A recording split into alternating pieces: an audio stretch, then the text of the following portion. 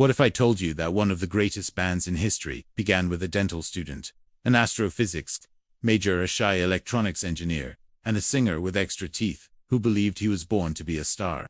This is the unbelievable story of Queen. Before Queen was Queen, their lives looked nothing like rock legends. Brian May was studying astrophysics. Roger Taylor was in dental school. And Freddie Mercury, then still Feduk Bulsaro, was a shy art student from Zanzibar who moved to England with a dream no one around him understood. But what Freddie lacked in confidence, he made up for with ambition. People who knew him said he walked around saying, "I'm going to be a star. Not I want to be. I am going to be." He just needed the right band. Brian May and Roger Taylor were already in a band called Smile, but they felt something was missing. When Freddie joined them, everything changed instantly. He had ideas no one else dared to try. Layered vocals, operatic harmonies, theatrical performances, songs that didn't follow any rule in rock music. Freddie renamed the band Queen, designed their logo, crafted their image, and convinced them to do things the biggest way possible. In 1971, they found their final piece, John Deacon, the quiet genius who would become responsible for some of their biggest hits. With all four members contributing songs, Queen wasn't just a band. They were four songwriters competing to outdo each other, and that competition made them great. Their first two albums didn't make them superstars. Critics actually hated them.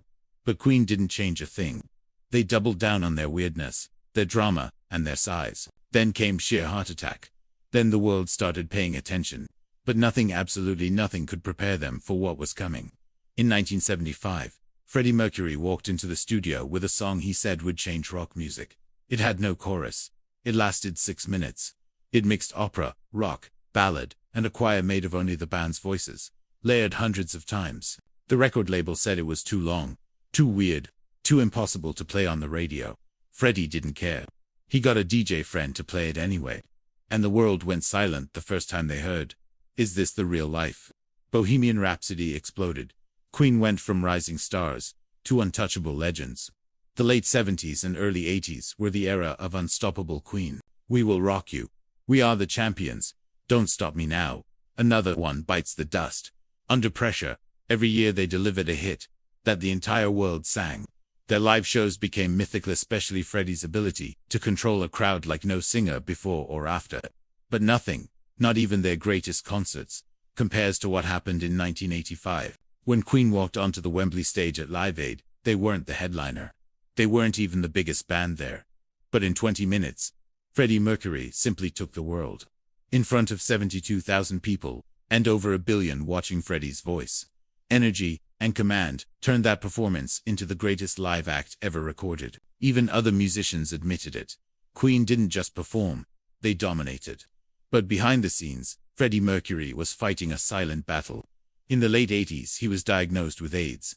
And he made a decision that defined his courage. He would keep creating music for as long as he physically could. Queen recorded together until Freddie could no longer stand.